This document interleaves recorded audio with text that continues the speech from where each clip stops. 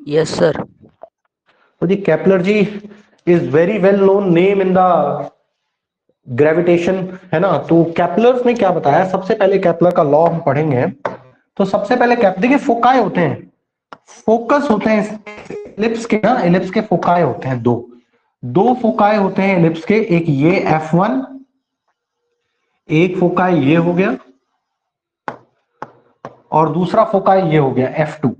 ठीक है। किसी भी इलिप्स के, जैसे सर्कल का सेंटर होता है ऐसे इलिप्स के फोकाई होते हैं। ठीक है।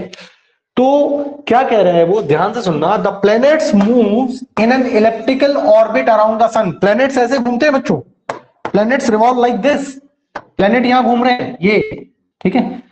अर्थ का ऑर्बिट ये है तो अर्थ इसी में घूमेगा, जुपिटर का और दूर है तो जुपिटर उसमें घूमेगा, है ना। ये पैसे प्लैनेट घूम रहे हैं with the sun at one of the two foci of the ellipse. और सन जो है वो दोनों में से एक, या तो यहां पे मैं यहां मान लेता हूं सन यहां है ना, सन यहां है, सन यहां है, और इलिप्टिकल पाथ में प्लैनेट्स अराउंड द सन घूम रहे हैं। आप देखते हैं जब प्लैनेट यहां होंगे ना बच्चे, यहां पे, तो समर्स का सीजन होता है ना, बड़े पास होते हैं। और जब यहां होते हैं, जैसे आजकल है विंटर सीजन है ना, सन दूर हो गया तो सन रेज कम आती है, आजकल धूप कम आती है। और समर्स में देखा करो भाई साहब, 7 बजे धूप आ जाती है ना, क्योंकि वो बहुत पास होते हैं उस टाइम पे समर्स में, है ना। और ये पूरा थ्रू आउट द ईयर में एक सर्कल कंप्लीट करता है, एक रेवोल्यूशन कंप्लीट करता है, आपका पढ़ा है आपने, है ना। तो ये केपलर ने हमें सबसे पहले बताया कि भैया एक इलिप्टिकल पाथ है, कोई सर्कुलर पाथ नहीं है, इलिप्टिकल पाथ में प्लैनेट्स घूमते रहते हैं और सन किसी भी एक फोकाई पे हो सकता है। ठीक है, इज इट ओके, इतना क्लियर है। सेकेंड लॉ, सेकेंड लॉ देखिएगा जल्दी से इसका। सेकेंड लॉ क्या बताया उसने, सेकेंड लॉ भी बहुत इंपॉर्टेंट था। सेकेंड लॉ में वो बता रहा है कि each planet revolve around the sun in such a way, in such a way. चलिए चलिए ये बड़ा छोटे छोटे,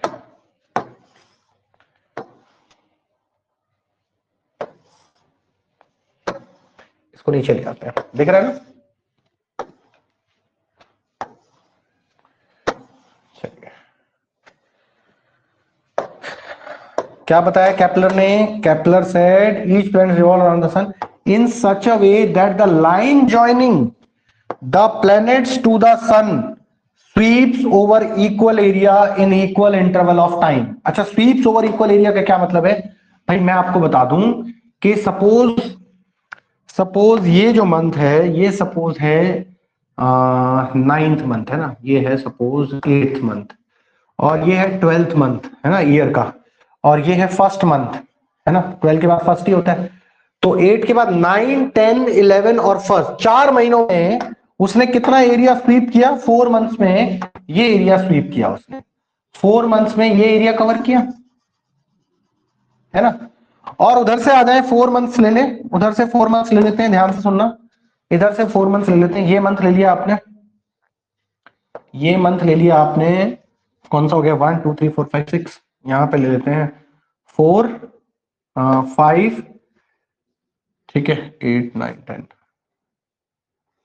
5 हो गया, 6 हो गया, 7 5 6 7 और 8, है ना, ये 4 मंथ हो गए यहां से।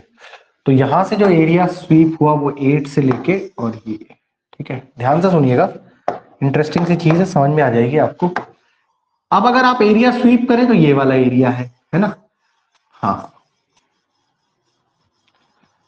तो उसने ये कहा कि भाई ऐसा होता है कि जितना जितना एरिया में इन 4 मंथ्स में इतना एरिया स्वीप किया, और यहां पे 4 मंथ में इतना एरिया स्वीप किया, ये एरिया बराबर होगा। स्पीड स्पीड का चलो बाद में देखी जाएगी, जो होगा वो देखी जाएगी, लेकिन स्पीड के बारे में उसने नहीं कहा, उसने कहा एरिया इक्वल स्वीप करेगा।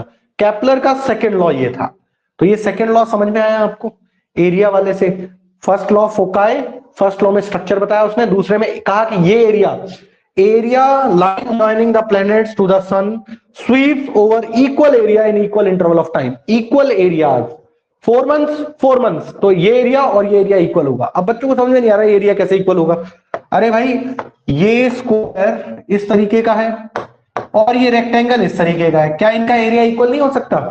एक बच्चे ने कहा सर कैसे बताओ जरा, भाई इसकी ये साइड 4 है, ये साइड 4 है, एरिया कितना होगा 16 मीटर स्क्वायर, और इसकी ये साइड 8 है और ये साइड 2 है, तो एरिया कितना होगा 16 मीटर स्क्वायर। क्या इनका एरिया इक्वल नहीं है ना?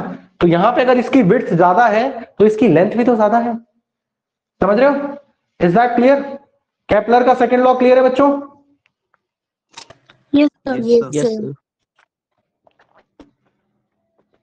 लकी तोमर समझ में आया? चलिए फटाफट जल्दी चलते हैं।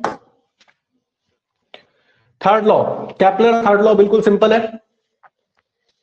एक्चुअली क्या इसलिए बता रहा हूं क्योंकि यार आगे आएगा ना, तो फिर आगे आएगा तो क्या पता फिजिक्स मेरे से पढ़ो 11th में, तो फिर ये तो नहीं कहोगे कि हमारे सर ने पढ़ाया नहीं, है ना?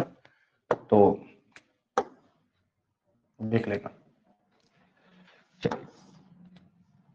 चलो ध्यान से सुनना, ध्यान से। अब ये डायरेक्ट डायग्राम भी आ गया है तो सही रहेगा आपको। थर्ड लॉ, केपलर का थर्ड लॉ है ना। थर्ड लॉ तो बस याद करने का कुछ ऐसा इसमें है नहीं स्पेशल खास। अगर आप थर्ड लॉ पढ़ते हैं बच्चों, अगर आप थर्ड लॉ पढ़ते हैं तो ध्यान से सुनिएगा। केपलर ने ये कहा, क्या कहा सर? आपसे कह के गए थे क्या? नहीं मेरे से तो नहीं कह के गया। R cube is directly proportional to T square, यानी कि R cube is directly proportional to T square. अच्छा ये आर क्या है? टी है टाइम पीरियड जिसमें प्लेनेट रिवॉल्व कर रहा है ना? The cube of mean distance of the planet from the sun is directly proportional to the square of the time it takes. ठीक है, टाइम टी ले रहे हैं और आर क्या है? Mean distance of the planet from the sun. यहां पे जो आर है ना बच्चों, R is mean distance, average distance. ठीक है, मीन डिस्टेंस सन का प्लेनेट से। ठीक है, इज इट ओके? तो यानी कि अगर आप इसका डायरेक्टली प्रोपोर्शनल का साइन हटाते हैं यहां से, तो एक कांस्टेंट इंट्रोड्यूस करना पड़ेगा आपको और ये बन जाएगा R cube upon T square is equals to constant, है ना? एक कांस्टेंट होता है डायरेक्टली प्रोपोर्शनल का साइन हटाने के लिए, कांस्टेंट इंट्रोड्यूस करना पड़ेगा आपको, है ना? कांस्टेंट इंट्रोड्यूस करना पड़ेगा आपको, कांस्टेंट इंट्रोड्यूस करना पड़ेगा आपको। मैं यहां पे लिख देता हूं कांस्टेंट।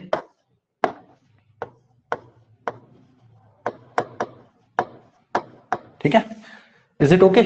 तो R is the mean distance, T is the, ये प्लीज ये चीजें इंपॉर्टेंट हैं लिखने वाली। तो बस कुछ नहीं है, R cube upon T square is equal to constant. ये बताया किसने? केपलर ने। ये आगे यूज होगा क्लास 11 में जब आप आगे पढ़ेंगे। तो केपलर ने क्या कहा? अब कुछ इंपॉर्टेंट चीजें हैं जो मिस्टर केपलर ने आपके लिए बताई। Kepler gave the law of planetary motion but he could not explain the motion of the planets. Motion of the planets को एक्सप्लेन नहीं कर पाया केपलर, है ना? कैसे घूम रहे हैं, क्या हो रहा है। Newton showed that cause of motion of the planet is the gravitational force which sun exerts on them. अच्छा, केपलर ने तो ये तो कह दिया कि घूम रहे हैं, लेकिन वो उसको एक्सप्लेन नहीं कर पाया किसकी वजह से, फोर्स कहां से आ रहा है, सेंट्रिपिटल फोर्स कहां से आ रहा है। वो सब किसने एक्सप्लेन किया? Mister sir Isaac Newton, sorry mister नहीं sir. In fact, Newton used the Kepler's third law of planetary motion to develop the law of gravitation. लेकिन न्यूटन ने हेल्प ली केपलर थर्ड लॉ की to develop the laws of gravitation. इसीलिए जब हम Newton के laws पढ़ते हैं तो हमें केपलर का थर्ड लॉ पता होना चाहिए। ठीक है, इज इट ओके? इतना क्लियर है आपको?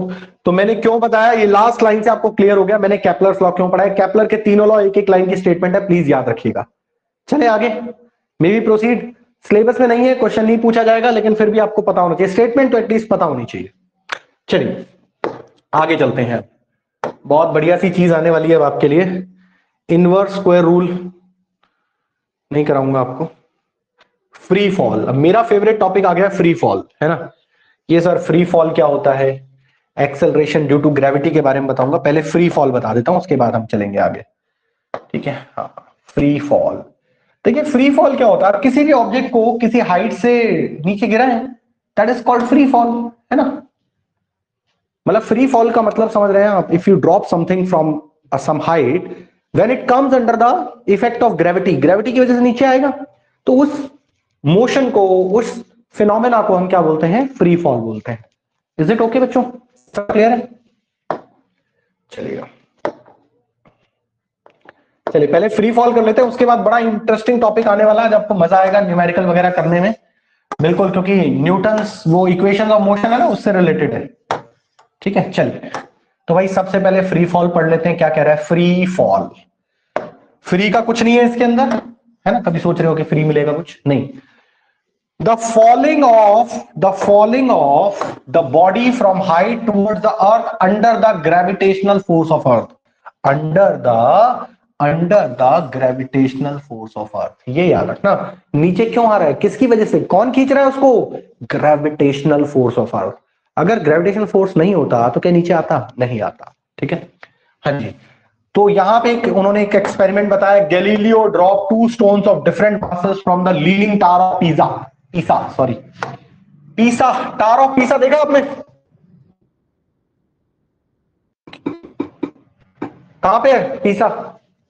Tower of Pisa, leaning tower of Pisa देखा है? कहां पे? इटली सर, फोटो में। अच्छा, फोटो में देखा है, इटली में है। बिल्कुल सही कहा इन्होंने, इटली। और कुछ ऐसा है भाई, ठीक है। ये थोड़ा सा टिल्टेड है, ये थोड़ा झुका हुआ है, आप देखेंगे तो। कभी इटली जाएं, राहुल गांधी के साथ चले जाइएगा, उनके मामा नानी है वहां पे, है ना, नानी हाउस है उनका।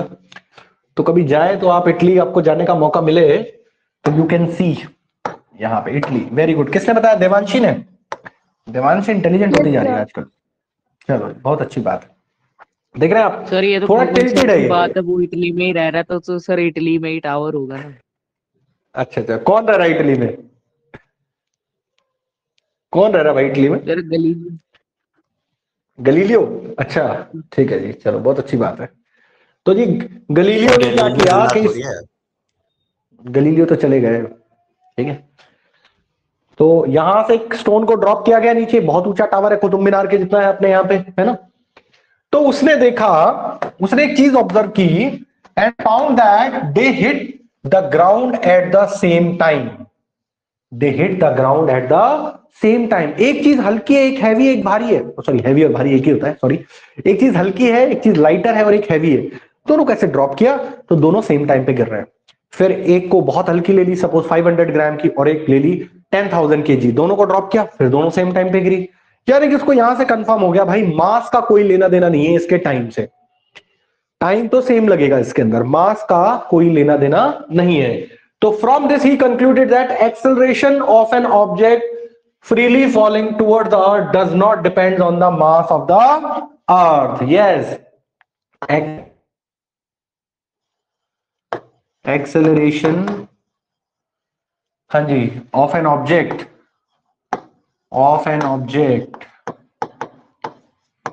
freely falling freely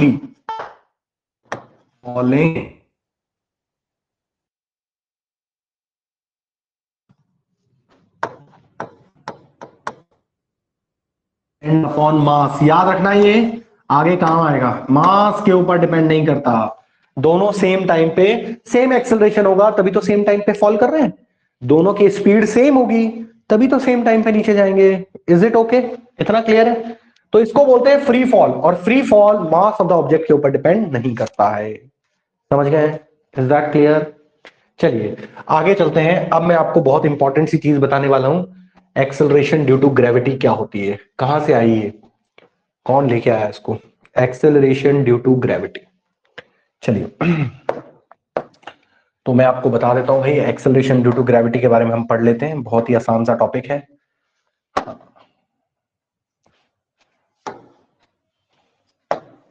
ये साथ साथ मेरे नोट करना, एक्सेलरेशन ड्यू टू ग्रेविटी वाला, ठीक है। डेरिवेशन इसकी बहुत इंपॉर्टेंट है। क्या होती है एक्सेलरेशन ड्यू टू ग्रेविटी, है ना। मैं नेक्स्ट पेज पे करता जाऊंगा आपके साथ साथ।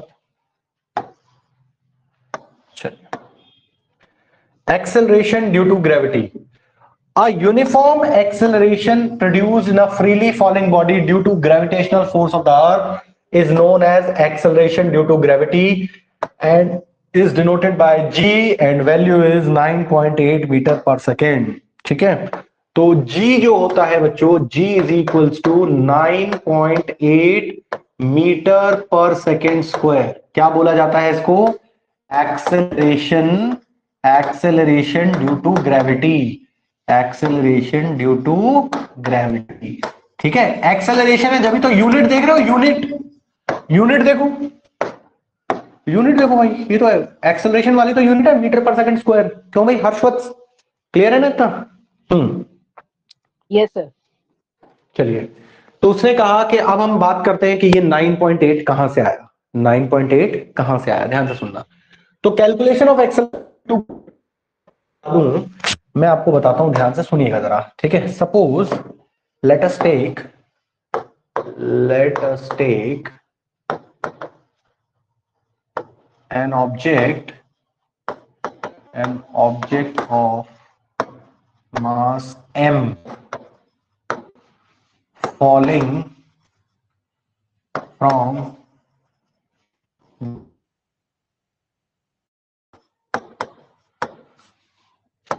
on the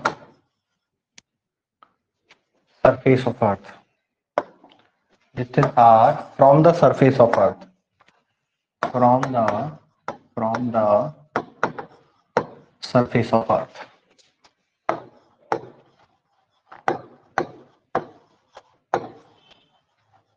ठीक है, तो therefore according to universal gravitational law, therefore देखिए वो ये कह रहा है, ध्यान से सुनना, वही कह रहे हैं अर्थ है, ठीक है। यहां पे एक ऑब्जेक्ट है जिसका मास m है, ये ऑब्जेक्ट है जिसका मास कैपिटल M है, ठीक है।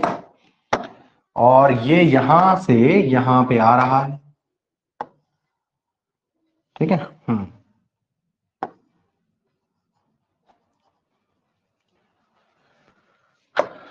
सेंटर ऑफ द अर्थ लिखिएगा,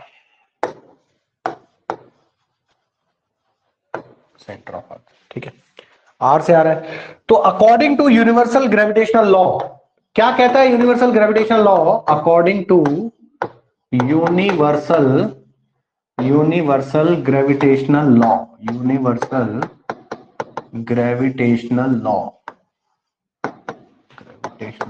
according to universal gravitational law, F is equals to G M mass of earth, mass of object upon R square. क्या यही फॉर्मूला होता है कि नहीं होता है? बताओ जरा मुझे, बताइए बच्चों, होता है कि नहीं होता है?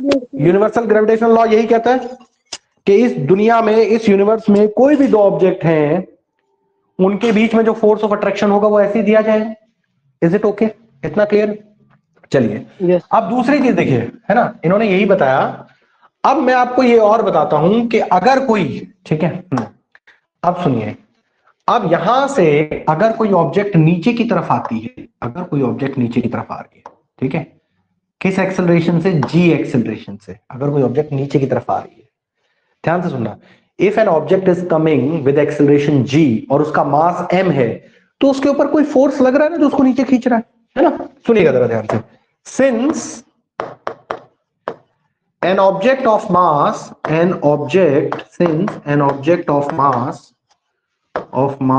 m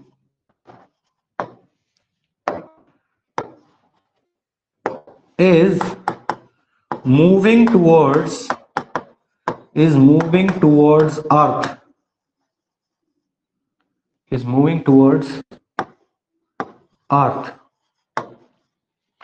moving towards earth with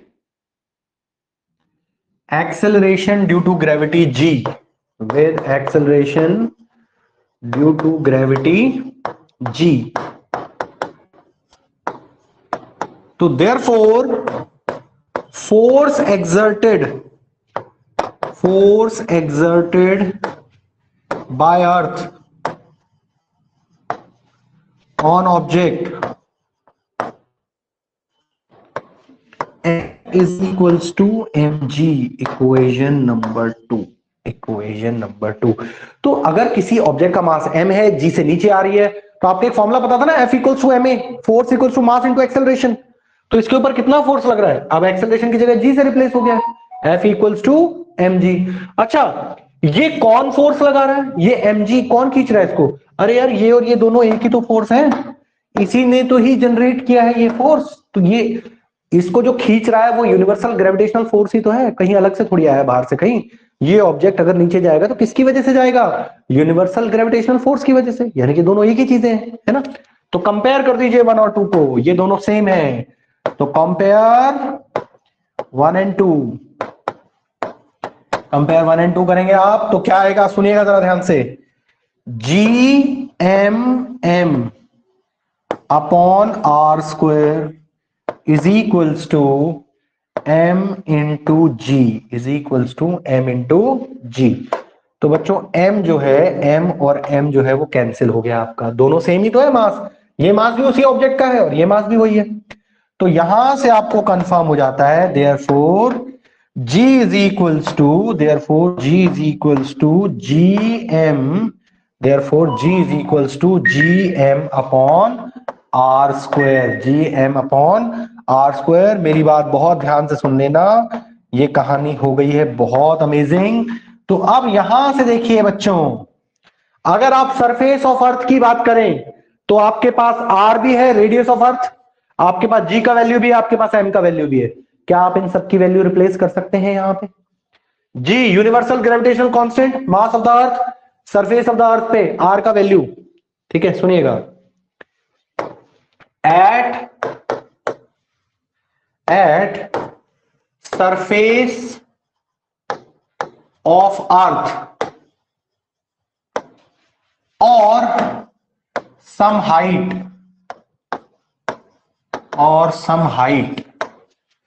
which is very close to earth,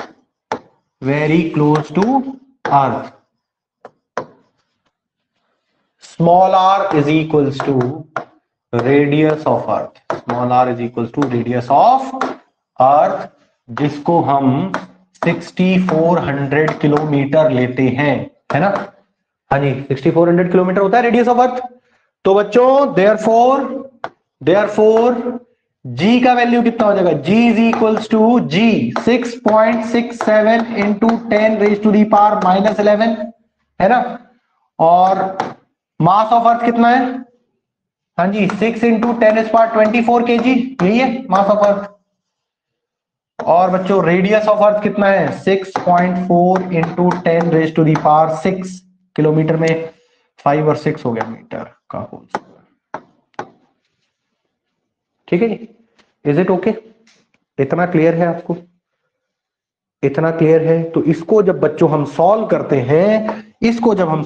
हैं, तो आपके सामने जी की वैल्यू निकल के आती है approximately 9.8 metre per second square, ठीक है, metre per second square. Is it okay? इतना क्लियर है?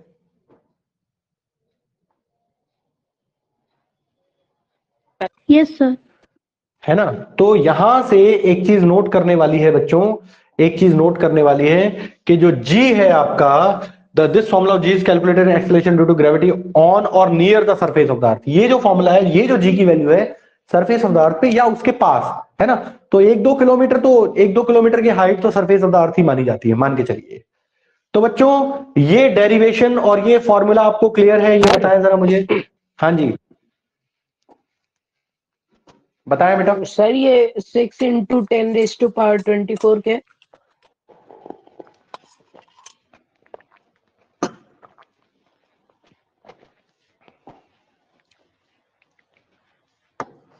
मास ऑफ अर्थ, ओके सर। ठीक है। और ये रेडियस ऑफ अर्थ है 6400 किलोमीटर, तो मीटर में चेंज कर दीजिए, 6.4 into 10 raise to the power 6 metre आ गया, है ना।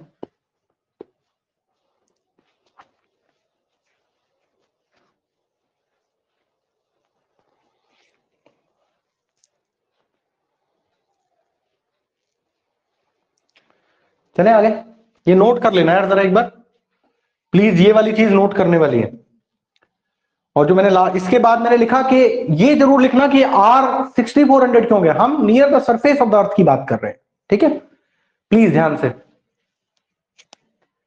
देवर्ष कटारिया जी समझ में आ रहा है?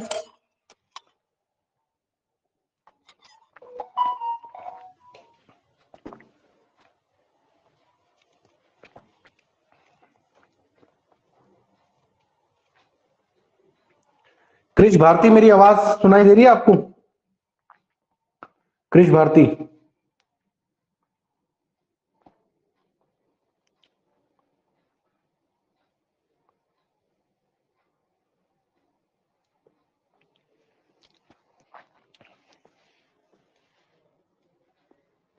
चलिए चले। अब देखिए इसमें से कैसे कैसे क्वेश्चन आते हैं, क्या क्वेश्चन आते हैं वो बताता हूं मैं आपको। वैल्यू ये जो जी, ये ना कैलकुलेटेड वैल्यू है, ऐसे नहीं बता दी, कैलकुलेटेड वैल्यू है। चलिए जी का वैल्यू सबको क्लियर है बच्चों?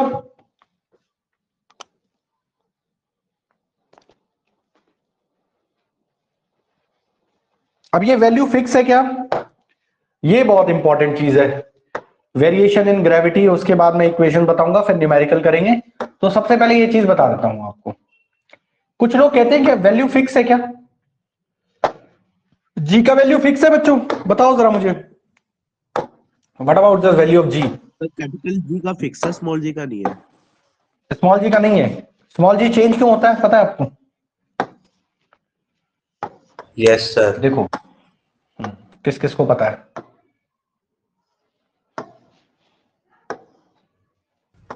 सर मुझे पता है। अच्छा सुनो मेरी बात को। अब देखिए आपको एक चीज पता है कि ये अर्थ है, ये अर्थ है, ठीक है। और बच्चों अगर हम बात करें तो अर्थ के पोल्स, अर्थ पे इस तरीके से रेडियस होगा अर्थ का, है? इक्वेटर की लाइन ये सबसे लंबी होती है ना? तो अर्थ पे at poles R is minimum radius of earth, R is minimum radius of earth minimum है। क्यों है भाई मिनिमम? देखिए जरा, ये है रेडियस ऑफ अर्थ, ये वाला, ये है ना सिर्फ ये इतना पार्ट, है ना? और इक्वेटर पे देखिए, इक्वेटर पे इतना बड़ा हो जाता है ना? करेंगे नहीं, बैठ जाओ। इक्वेटर पे बड़ा हो जाता है ना? तो एट इक्वेटर, दोनों चीजें ध्यान से सुनिएगा, एट इक्वेटर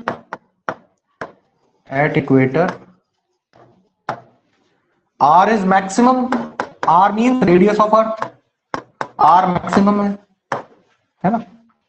ना मेरी बात ध्यान से, क्या फॉर्मूला था बच्चों? Is equals to GM upon R square, यही फॉर्मूला था।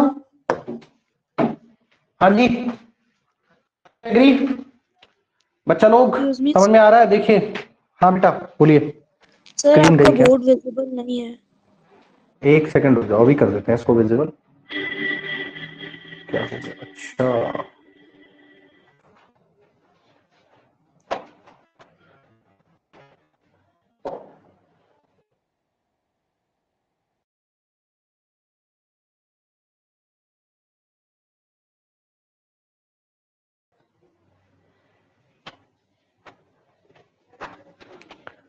हाँ जी देखिए जरा, 1 मिनट में हो जाएगा। यस सर हो गया। आगे बोर्ड। तो मैं दो चीजें बिल्कुल जो मैंने बोर्ड पे लिखा है इसको बहुत ध्यान से देखिएगा। अगर नहीं आ रहा हो ना तो लीव करके ज्वाइन कर लेना, एक बार आ जाएगा।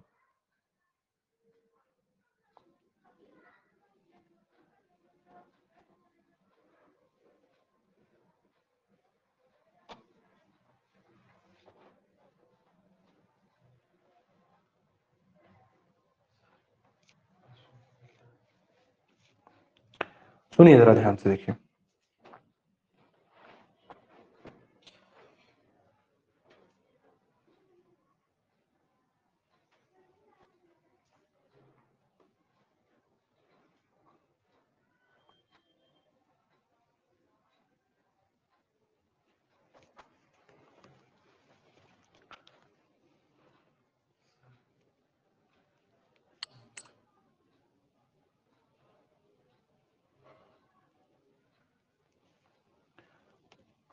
चलिए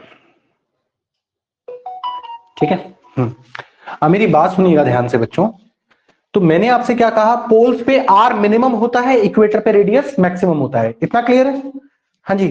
तो अब सुनिए, अब आपको पता है जी की वैल्यू क्या है? GM अपॉन R स्क्वायर, ये दोनों तो कांस्टेंट है पूरी दुनिया में, तो g is inversely proportional to r square, ठीक है।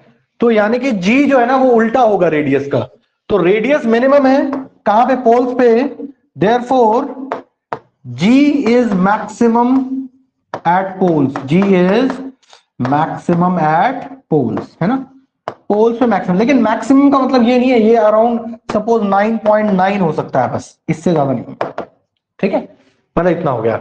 और at equators r is maximum, तो देयरफॉर g इज मिनिमम, है ना, g मिनिमम हो गया।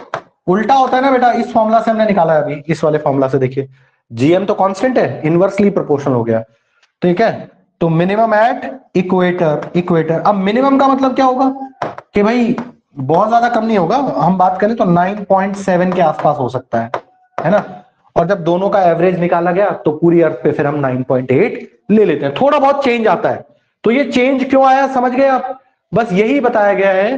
तो इसको, इस डायग्राम को बना लेना, इस फॉर्मूला को लिख लेना, और इन लाइंस का मतलब आपको समझ में आ जाएगा। Since the radius of earth at pole is minimum, pole पे रेडियस ऑफ अर्थ मिनिमम है, and the equator is maximum, और इक्वेटर पे मैक्सिमम है। मैंने डायग्राम से बताया आपको, ये याद नहीं रहेगा, डायग्राम बना लेना। Therefore, value of g is maximum at poles. Value of g poles पे maximum है, and minimum at equator, and minimum at equator। ऐसा क्यों है, क्योंकि g की वैल्यू जो है वो इनवर्सली प्रोपोर्शनल है किसके, डिस्टेंस, रेडियस ऑफ अर्थ के, ठीक है। होप इतना क्लियर है आपको, इतना क्लियर रहेगा। और एक चीज बहुत important, at the centre of the earth the value of g is 0। Centre of earth पे वैल्यू 0 होती है, वैसे आज तक कोई पहुंच नहीं पाया है, लेकिन वैल्यू जो कंसीडर की जाएगी वो 0 कंसीडर की जाती है, ठीक है। Is it okay? क्वेश्चन आता है इसमें टेक्स्ट बुक एक्सरसाइज में, Amit buys gold at poles and sells it at equator, ये वाला क्वेश्चन है, उसमें यही वाला कॉन्सेप्ट लगेगा। तो वो जब आएगा, जब मैं करवाऊंगा, इसको प्लीज नोट कर लें, डायग्राम को भी नोट कर लें। और ये दिख रहा है ना ग्रीन वाला पार्ट, आपको अच्छे से देख लें इसको। और अगर किसी को नहीं दिख रहा हो तो आप जूम कर सकते हैं अपनी स्क्रीन पे भी, है ना, देख सकते हैं। प्लीज नोट कर लीजिएगा इस वाले डायग्राम को, प्लीज फास्ट।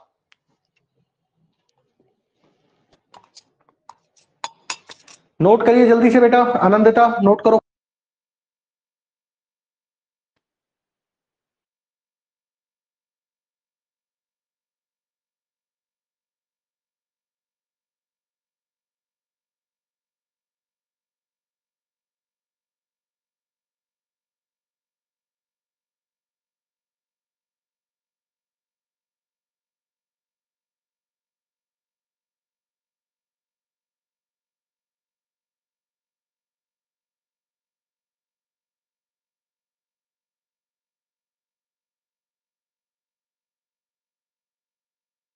चलें भाई और बहनों, चलें आगे। साहिल यादव, समीर है क्लास में, समीर आ गया भी समझ में, ठीक है। और एवरेज, एक चीज लिख दूं, कई बच्चे कंफ्यूज हो जाएंगे, सर ये क्या हो गया। और average value of g, average value for calculations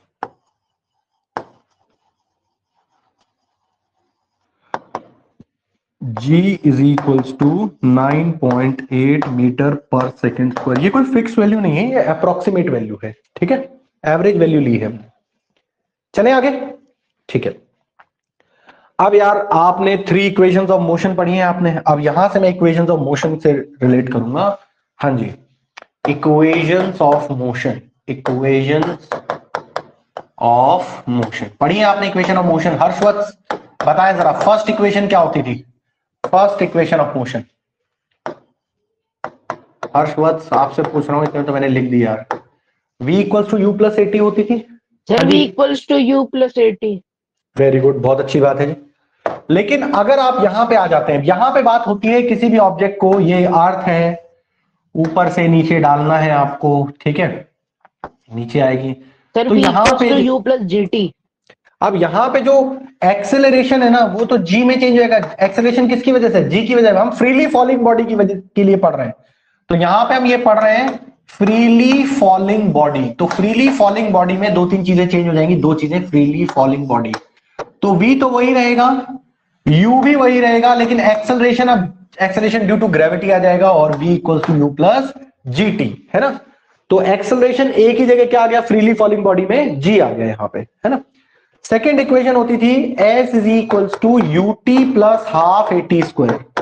भाई फ्रीली फॉलिंग बॉडी तो नीचे ही गिरेगा ना, तो हम अब इस डिस्टेंस को हम हाइट ले लेते हैं, हाइट कितनी हाइट से नीचे गिरा है, तो इसको हाइट ले लेते हैं। तो h, s की जगह h लिखेंगे, u तो एज इट इज u ही लिखा जाता है, ut plus half g t square, है ना। होप इतना क्लियर है आपको। And third equation is s is equals to v square minus u square upon 2a। तो यहां से क्या लेंगे, यहां से फिर वही h is equals to v square minus u square upon 2g, है ना। तो जहां a आए वहां g, और डिस्टेंस कवर्ड किसमें कन्वर्ट हो गया, हाइट में, क्योंकि ऊपर से गिर रहा है ऑब्जेक्ट। इज इट ओके, इतना क्लियर है नहीं, बताइए बच्चों, फॉर्मूला क्लियर है। यस अरे सर। बोलो भाई, एक छोटा सा क्वेश्चन लेते हैं, फॉर्मूला नोट कर लो जरा, फिर एक क्वेश्चन कराता हूं, बहुत सिंपल सिंपल से 2-3 क्वेश्चन कराऊंगा तो आ जाएगा आपको। हाँ जी अदिति सिंह, क्वेश्चन समझ में आया, एक फॉर्मूला समझ में आया, वही वाला फॉर्मूला जो मोशन में पढ़ा था हमने भाई, घबराया नहीं, बहुत इजी काम होने वाला है अब।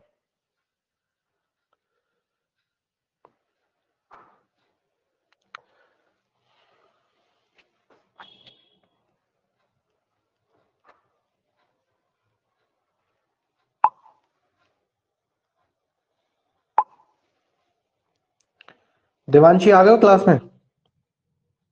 Yes sir. ठीक है।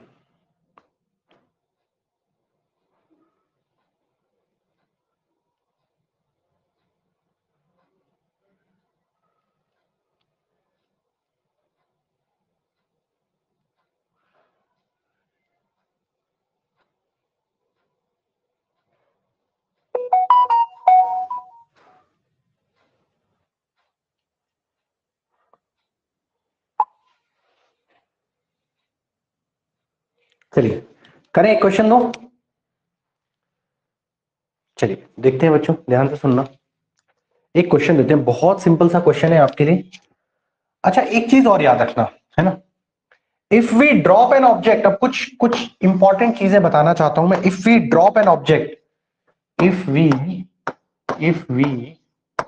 ड्रॉप, नोट करो उसको, if we drop an object from some height, we drop an object from some height, ठीक है। if we drop an object from some height, तो क्या होगा बच्चों, u is equals to 0, initial velocity 0 होगी, और g is equals to plus 9.8, g को आप plus 9.8 metre per second square लेंगे, ये याद रखना, ठीक है, समझ गए। और if we throw an object in upward direction, if we throw an object in upward direction, अगर आप किसी ऑब्जेक्ट को ऊपर की तरफ थ्रो करेंगे तो बच्चों क्या होगा, v is equals to 0, v 0 होगा बच्चों, और g की वैल्यू क्या होगी, minus 9.8 metre per second square. ये दो चीजें याद रखना, जब ये ऊपर थ्रो करोगे तो v 0 होता है, ऊपर से ड्रॉप करोगे तो u 0 होता है, ठीक है, इतना क्लियर रहेगा, प्लीज नोट कर लेना, और आगे आने वाला क्वेश्चन जो है ना वो इसी तरीके से होगा, क्वेश्चन नोट करिएगा आप, ठीक है, आपको भी करना है, जल्दी करें भाई फटाफट, एक न्यूमेरिकल कराने वाला हूं मैं इसके बाद।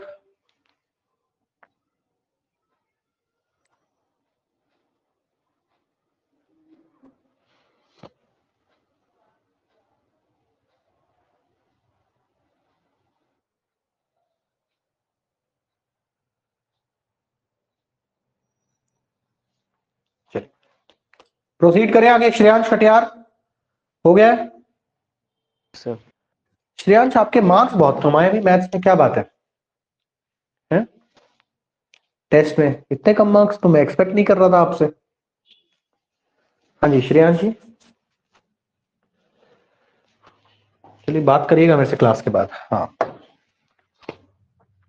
Question number 1, N object is an object is thrown upward, an object is thrown upward with velocity of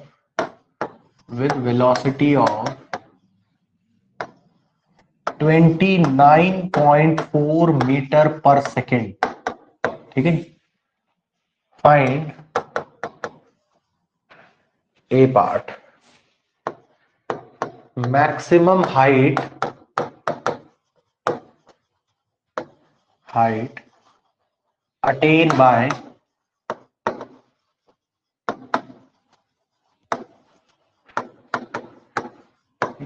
time taken to reach the highest point, time taken to reach highest point।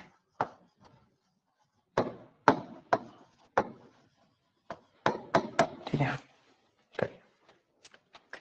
करिए जरा कोशिश करिए इस question को करने की, बहुत अच्छा सा क्वेश्चन है। ऊपर से नीचे की तरफ फेंका है भाई आपने, याद रखिएगा इसको, जो रूल बताए थे, जो लॉ बताए थे, उनको याद रखना। आप यहां पे खड़े हुए हो और आपने एक बॉल को ऊपर फेंका, बॉल यहां तक जाएगी, तो बच्चों ये हाइट कितनी होगी ये बताना है आपको। ठीक है, ये हाइट कितनी होगी ये बताना है आपको, कितने टाइम में हाईएस्ट पॉइंट पे पहुंचेगी ये बताना है आपको। ठीक है भाई, गरिमा शर्मा जी, कुशाल कटारिया, राघव शर्मा, मैंने आपके घर मैसेज भिजवाया था कि एक बार आप मेरे से बात करेंगे, लेकिन आप मुझे लगता है थोड़े ज्यादा ही बिजी हैं। नरेंद्र मोदी से भी बिजी आदमी लग रहा है मुझे आप। क्लास के बाद मेरे पास टाइम नहीं है ना, थोड़ा लेट करिएगा, 9:30 10 बजे के आसपास करिएगा। ठीक है, हाँ, इतना ज्यादा अच्छा पढ़ रहे हैं आप, इतने मार्क्स आ जाते हैं कि मेरे को खुशी मतलब एक्सप्रेस ही नहीं हो रही है, आंखों में पानी आ गया आपका पेपर चेक करते करते, इतना अच्छा पेपर कर दिया आपने, तो उसका तो कुछ ना कुछ तो रिवार्ड देना पड़ेगा ना आपको। हाँ जी साहिल यादव, बताएं जरा बच्चों, यू क्या लेंगे? यू क्या लेंगे? यू होगा 29.4 मीटर पर सेकेंड, और जी कितना होगा? जी होगा -9.8। ऊपर फेंक रहे हो ना, तो जी नेगेटिव हो जाएगा, और वी कितना होगा? v इक्वल्स टू होगा 0। अब ये चीजें मैंने दे दी हैं, अब आप जो कुछ कर सकते हैं वो कर दीजिए। ठीक है, निकालिए जरा। और भाई 9.8 का टेबल याद रखिए, 9.8 1 जा 9.8, 2 जा 19.6, 3 जा 29.4, 4 जा 39.2 और 5 जा 49, है ना? इतना तो याद रखेंगे तो आपके लिए हेल्पफुल रहेगा। 9.8 का टेबल यहां तक 5 जा तक सॉल्व कर लें, जरा चैट बॉक्स में डालें भी OP answer OP. Gaurav Jha, do it fast.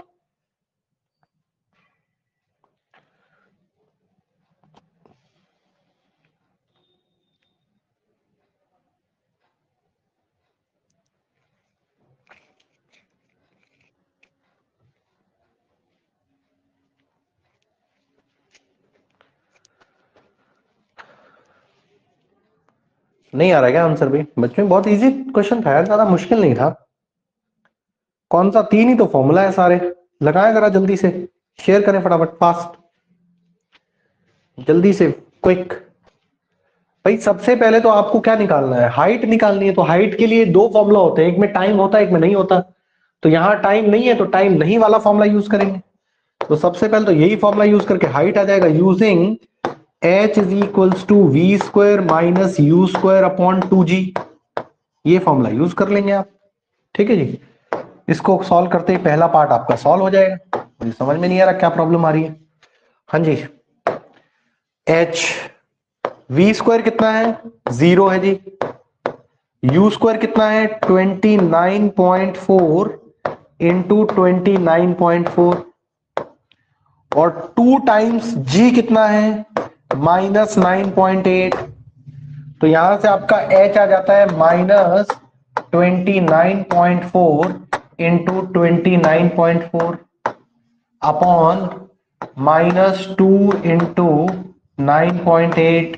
तो 9.8 से कैंसिल हो जाएगा ये, 3 जा पे है ना, और ये 2 से कैंसिल कर दो इसको, तो ये कैंसिल हो जाएगा, तो आ जाएगा माइनस और माइनस कैंसिल हो गया, ठीक है। तो कितना आ जाएगा ये 14.7 इंटू 3, 14.7 इंटू 3, तो कितना हो जाएगा 3 7 जा 21.2, 3 4 जा 12 और 2 14, 3 1 जा 3 और 1 4, 44.1 मीटर तक ये जाएगा ऊपर, ठीक है। ये 9.8 की वजह से शायद कैलकुलेशन नहीं हो पा रही होगी।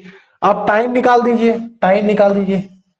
v equals to u plus g t, v equals to v 0 है, u 29.4 है, g माइनस 9.8 इंटू टी है, तो ये इधर आएगा 0 is equals to 29.4 minus 9.8 t, तो 9.8 टी इज इक्वल्स टू 29.4, तो टी आ जाएगा आपका 29.4 अपॉन 9.8, ठीक है।